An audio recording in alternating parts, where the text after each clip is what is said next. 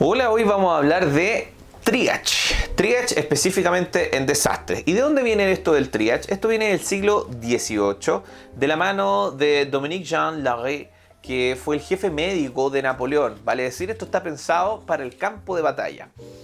Y fue pionero en el sentido de que comenzó a dar prioridad a los pacientes de mayor gravedad por sobre los pacientes leves, quienes van a esperar que primero se atiendan a los de mayor gravedad. Y también indicó que los pacientes que tienen condiciones irreversibles, situaciones incompatibles con la vida, lamentablemente no se atenderán, ya que tenemos múltiples víctimas y atender a nuestros pacientes ocuparía muchos recursos, haciendo que dejemos de atender a estos otros pacientes que tienen más probabilidad de sobrevivir. Bueno, así se ha mantenido hasta nuestros días esta intención de triage, que surge cuando la demanda por atención sobrepasa nuestra capacidad de respuesta como servicio médico. Y esto sobre todo es cierto cuando tenemos un incidente de múltiples víctimas. ¿Y qué considera esto el triage? Primero considera la gravedad. Sin duda que hay que considerar la gravedad, pero no solo la gravedad, porque si no atenderíamos solo los paros, por ejemplo, ¿no? Y los paros en general, cuando estamos en una situación de múltiples víctimas, no los vamos a atender, porque eso se considera negro, color negro, y disminuye la prioridad de atención porque ocupan muchos recursos que podríamos estar utilizando en pacientes que tienen más probabilidad de sobrevivir.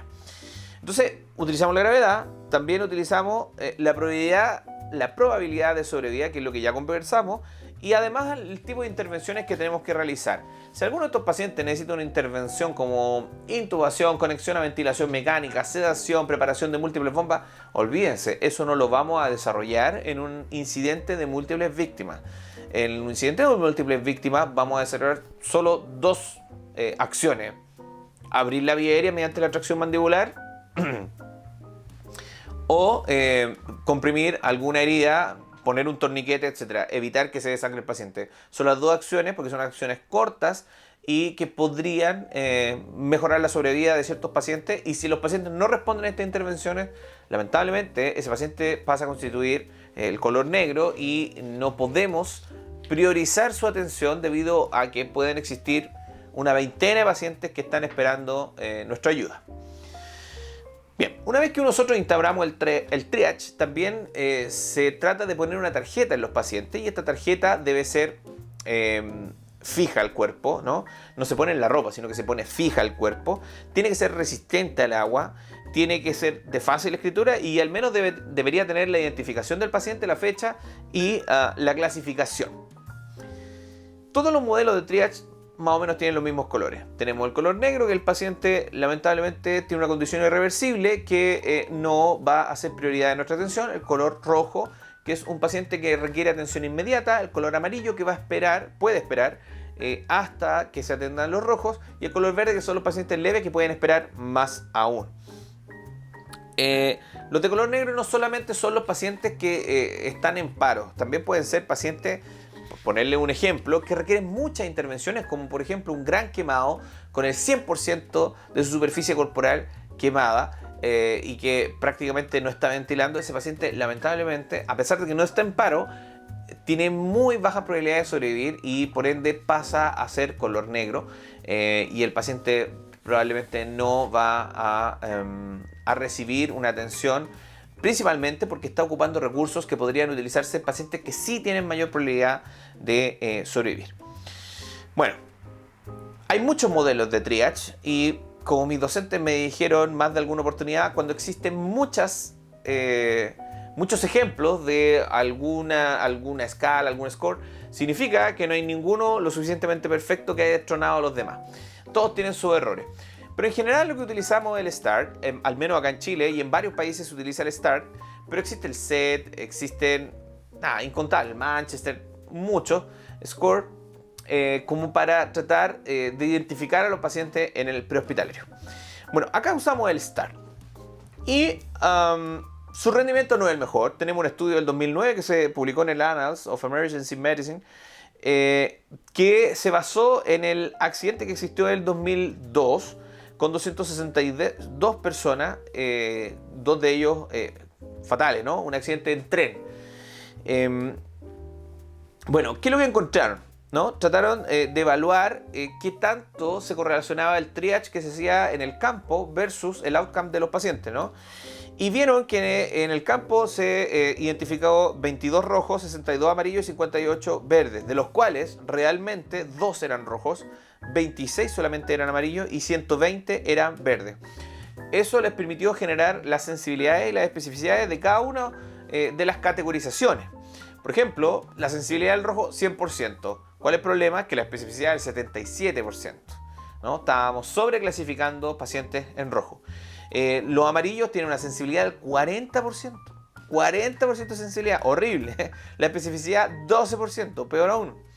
Los verdes teníamos una sensibilidad del 45% y una especificidad del 89%. O sea, con esto se dan cuenta que el triage es malo, ¿no? No es el mejor, no es perfecto. Si ustedes buscan una herramienta perfecta, lamentablemente no la tenemos.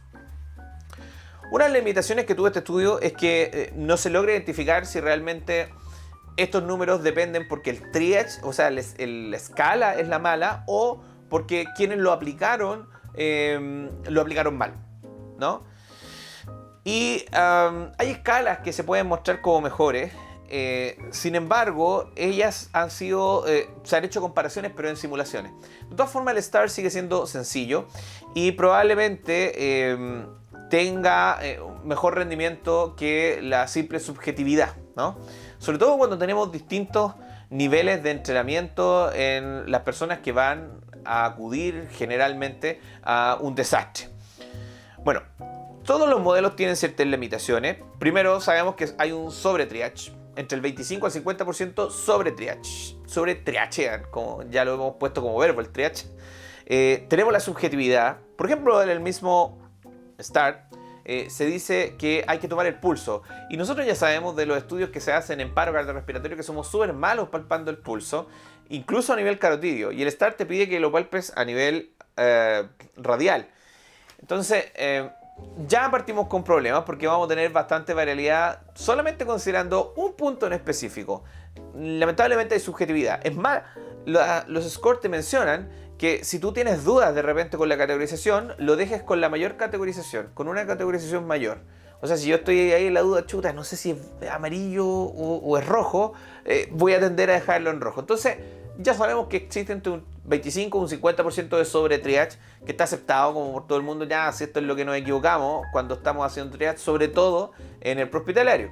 En el intrahospitalario también existe sobre-triage y yo creo que es una batalla perdida. Tratar de entrenar a la gente igual genera grandes variabilidades, menos variabilidad, menos ruido, como se dice hoy, que lo que podría generar estar simplemente realizando una estratificación con la impresión subjetiva sin ningún elemento de estratificación más, entre comillas, más estandarizado o que siga sus reglas mucho más sencillas de seguir, ¿no? Pero existe subjetividad, ¿ya? Los pacientes ansiosos, por poner un ejemplo, y ahora vamos a la variabilidad de los pacientes ansiosos perfectamente pueden tener una frecuencia respiratoria sobre 30 y no por eso ser categorizados como rojo. Y ya vamos a ver más adelante que el STAR considera la frecuencia respiratoria como un punto para hacer la categorización. Tampoco considera los tipos de trauma. Ya sabemos que no es lo mismo tener un trauma penetrante o un trauma contuso. Y no los considera distintos, sino que se aplica el mismo triage y pueden dar valores distintos. Incluso el trauma contuso puede dar rojo y el trauma penetrante cardíaco, si es inicial, podría quedarte en amarillo. Por poner un ejemplo, y no estáis viendo el arma porque quedó debajo de la ropa. Por poner un ejemplo. Bueno, la idea de los triage es hacer, o sea, no solo el triage, sino que cuando estamos respondiendo a una situación de múltiples víctimas, es hacer el mejor bien para el mayor número de personas. Lamentablemente los triage no consideran los recursos, ¿no? Se aplican igual si tenemos 10 víctimas o tenemos 100 lesionados. Se aplica igual, ¿no? Y se aplica igual si tenemos una ambulancia o si tenemos 100 ambulancias. Entonces, no considera los recursos que estamos teniendo y se aplica de todas formas igual, ¿ya? Bueno, con todos estos elementos que son limitaciones, es lo mejor que tenemos por el momento, it's something, y disminuyen la variabilidad y el ruido, claro está, en la toma de decisiones. Bien, vamos a lo práctico. Desde el punto de vista práctico, tenemos el triage primario, que es cuando tú llegas al lugar donde ocurrió el accidente, te pones en ese lugar a hacer triage.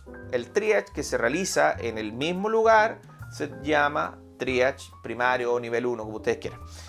Luego tenemos el triage secundario, que es cuando los pacientes son llevados a un lugar de estabilización sin llegar al hospital todavía. Se llevan a un lugar de estabilización y en ese lugar de estabilización ocurre un segundo triage. Se trata de estabilizar al paciente y después se envía al hospital donde hay un triage terciario. O sea, hay 3 triages, ¿no?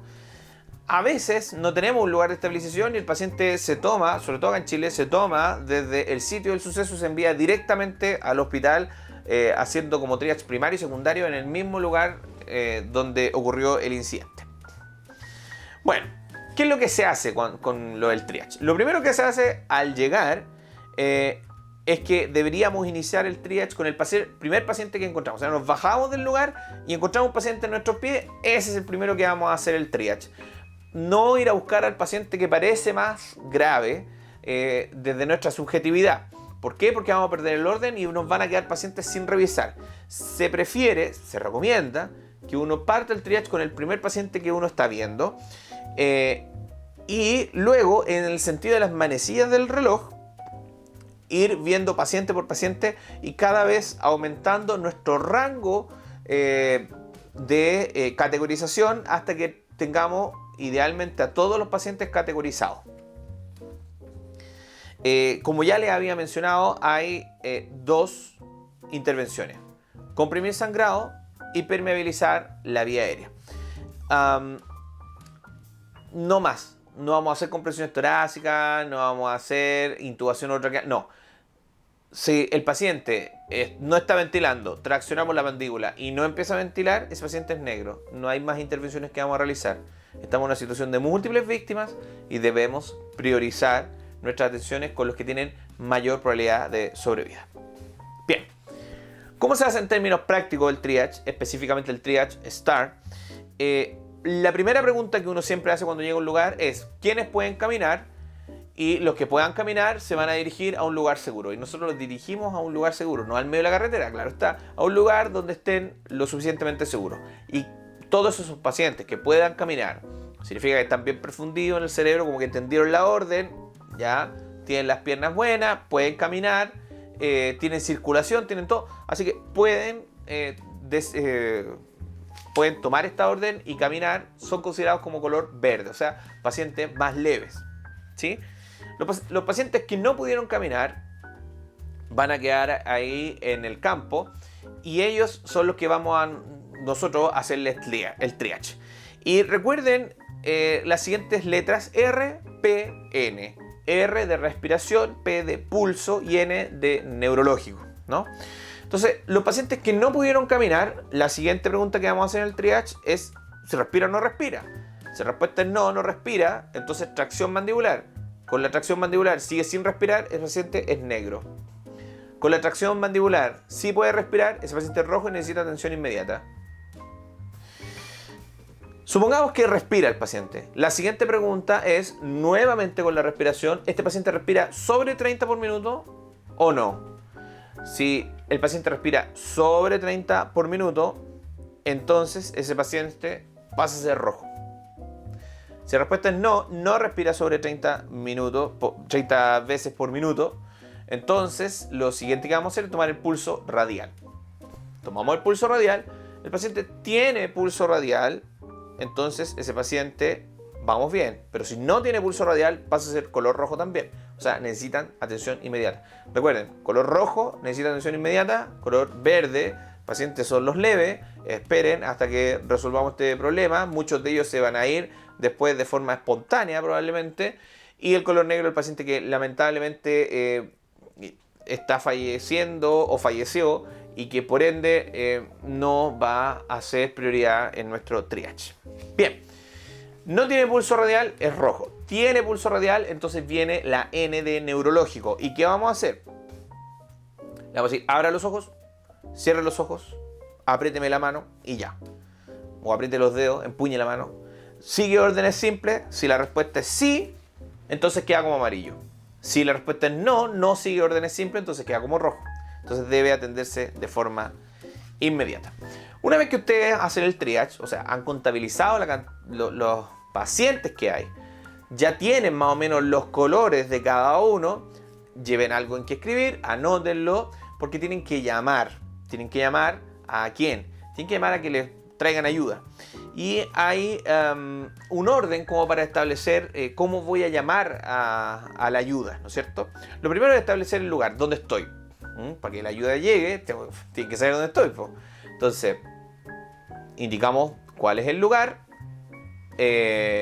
indicamos qué condiciones están en el lugar. Por ejemplo, si las condiciones del lugar son, no sé, pues está tiene mucha neblina, hay alteraciones estructurales en el camino, hay que mencionarlas. Y ahí mencionamos también el número de pacientes con los que nos encontramos. Y luego tenemos que informar las acciones que hemos realizado. Vale decir, hicimos el triage, tenemos tantos pacientes, ya lo habíamos mencionado, y estos de color rojo, estos de color verde, estos son negros. Y finalmente, ¿qué necesidades tenemos? Necesitamos que venga, no sé, por la policía porque hay una zona de conflicto, necesitamos la ambulancia, necesitamos bomberos porque tenemos que explicar a alguien, etc. Y con eso hemos terminado nuestro tema sobre la revisión del triage.